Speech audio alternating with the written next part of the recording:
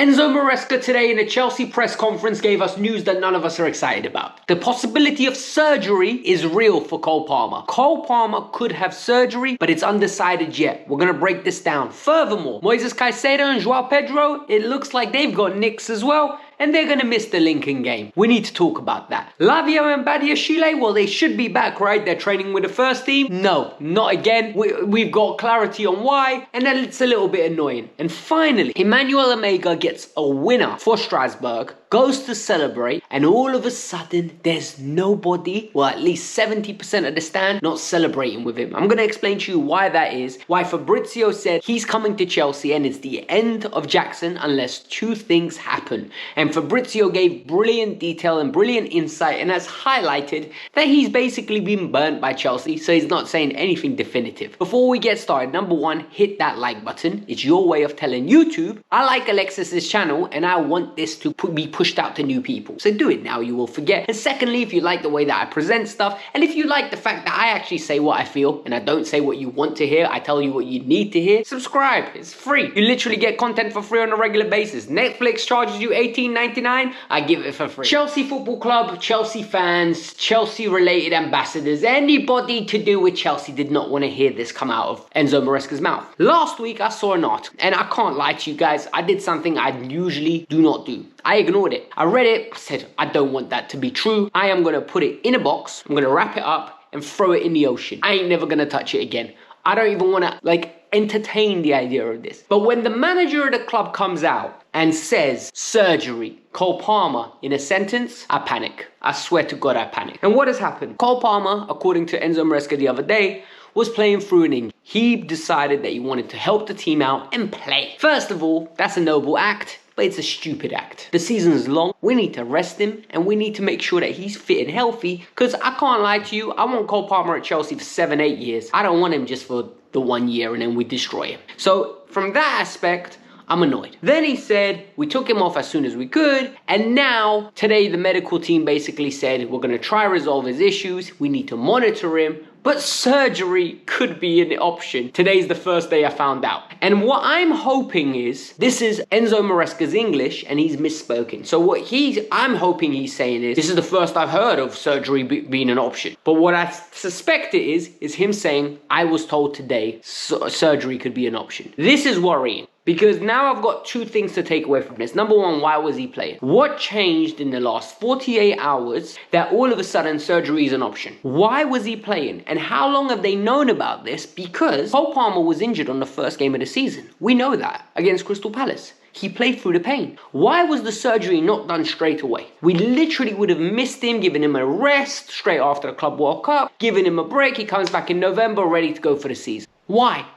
Then we could have just gone and got Xavi Simons, or God forbid, kept Joao Felix or Christopher Nkunku to play in the 10 role. Surprise, surprise. But no, they didn't. So that's the first red flag. The second one, and this is the one, what does this mean? And I think that what does this mean is the big picture here. We can moan, we can bitch, we can all come out with hypotheses of what's going to happen, but we need to be open and honest. The likelihood is, if Cole Palmer gets surgery, this season becomes, we are fighting and screaming and crawling for a top 4 place. And how long is he out for? The groin area apparently tends to be the hernia, so it's the surgery, and it ended Enzo's season. If you remember, Enzo stopped playing in February and only returned back into the team around about June. So it's one of those aspects where we need to be open, we need to be honest, and we need to decide when we're doing the surgery. Personally, if he needs it, get it done. I want Cole Palmer for the long term. I don't want him for the short. We do not need him for 2-3 years. We need him for all eternity. We need him until Cole Palmer's contract expires and he retires. I want him to have an illustrious career. I don't want him to be the idea of what Cole Palmer was. So I hope there's more information to come out soon. I am very, very worried. When it rains, it pours, and Nazir Kinsella now has come out with the fact that Chelsea Football Club are actively now reviewing what's going on with Joao Pedro and Caicedo. Both players have got knocked. They're reviewing what's happening with their bodies, and they're just trying to make sure that both players are under the element of we don't want to injure him. Enzo Maresca has come out and said part of the reason why Moy has to play so many minutes is because Dario and Lavia are hurt. Nonsense. Absolute nonsense.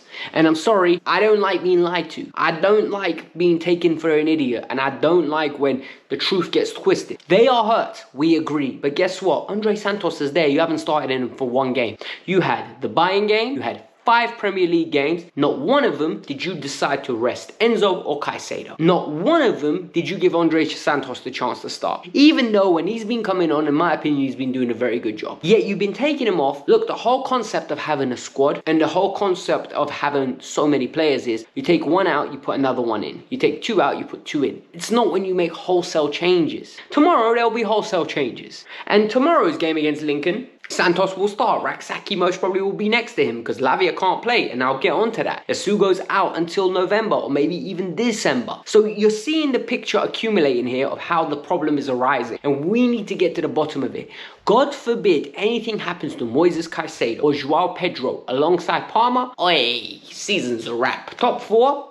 We'll be lucky to get top 6. Those are 3 of our 5 best players. Genuinely, that's how important these players are to our team. We would have to hope and Estevao kicks on massively. Gittins kicks on. Garnacho kicks on. Pedro Neto becomes a world beater. Delap comes back firing. We are absolutely now being pulled apart by injuries, and this is bad luck. Arsenal have got the same. If you look at Arsenal's team, it looks like Noni Madueke apparently has got an ACL. They've got injuries too. We can't complain. It's just the cards we were dealt with. We have to. We've got an update in regards to Lavia and Badiashile. Both players have trained. Both players are not available for the Lincoln game.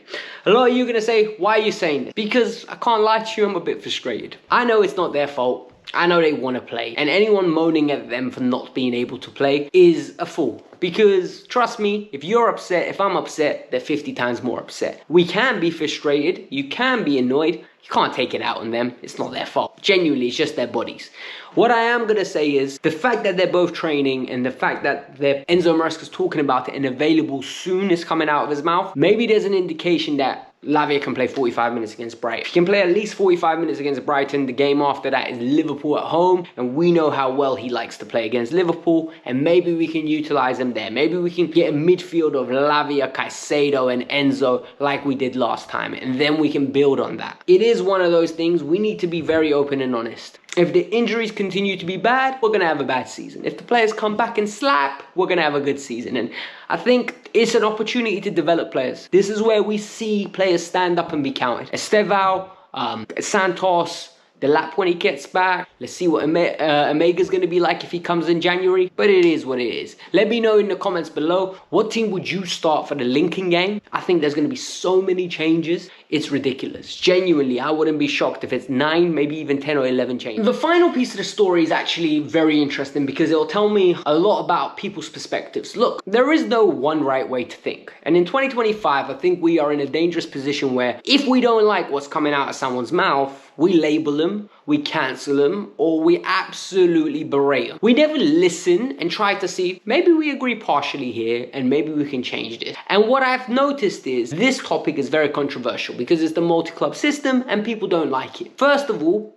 the Jackson news. Jackson will not be returning to Chelsea Football Club next year, according to Fabrizio Romano. Fabrizio also went on and said, nothing is for certain in football, and at Chelsea, there could be a new manager, there could be a new agent, there could be new board. You know, like, it's one of those things can change very quickly. And from that aspect, it is what it is. You know, like, we can't control that, but what we know is, as things stand, Jackson won't be returning.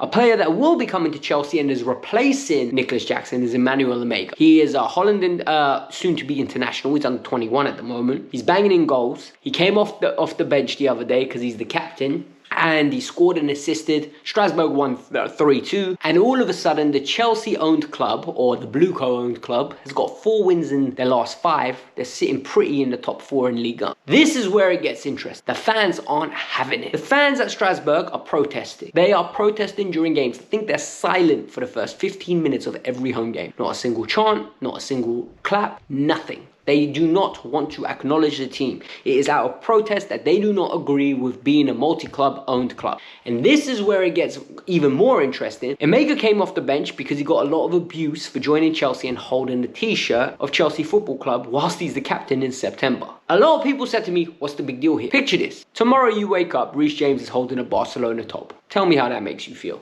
That's all I need to say there. Because if it doesn't trigger you, you ain't really a Chelsea. Because that would absolutely send my head to the moon. It's bad enough we're losing Reece. Now we're losing Reece in September with the idea that every time he plays bad, we've got an excuse. He don't even want to be here no more. Do you understand? This is what's going on with Omega and Strasbourg fans. But the other key thing is people are saying, how is this going to change? Because if Strasbourg keep winning, they're just going to cave. And I want to see what happens because I've been saying that all last year. I said if Strasbourg keep winning, they're going to cave. These ultras are going to cave, but they're not.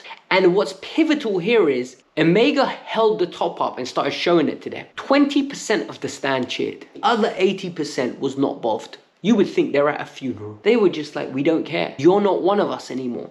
And this is where I asked the question. Do you agree with multi-club systems? Because I see both sides of the argument. I really do. My boy Montel said it simply. Chelsea invested in their youth academy. Chelsea invested in their stadium. Chelsea invested in their first team. Chelsea invested in their town. Chelsea have decided that they're going to invest in the whole club as a whole. A club that had financial troubles and could have been liquidated one day. Or could have been relegated. Chelsea invested into that. Or Blueco per se. What I am going to say is, what happens when Blueco sell the club? And this is where people say, yeah, but you're talking if buts maybe. Yeah, maybe I am talking if buts maybes. But guess what? If someone bought Chelsea and every time Chelsea had a good player, that player was pinched off us within a year or two, and we can't build any relationships with any of these players, and the idea of not having a player that played for us more than 2 years, 3 years is wild. You can't build connections with these people. You can't watch them on a weekly basis. The only thing consistent in that moment is the bad. The players can never build an affinity. You won't have a Didier Drogba connection. You won't have an Eden Hazard that you have memories of 7 years with. You're going to have moments, you're going to have glimpses rather than actual story. And for me, this is what they're protesting against. And I can't blame them. I really can't. It is very, very controversial. There is no right answer to this, and I just want to hear yours. However, I made a video and the video wasn't very popular. It was controversial. According to the comment, boy, you man weren't happy. What I did was I spoke about Enzo Maresca and how I have seen 4 things happen in the last 12 months that is illustrating he is going to get sacked. People didn't like it. Let me break it down for you. Go check it out. Peace out. I'm out. Have a lovely day.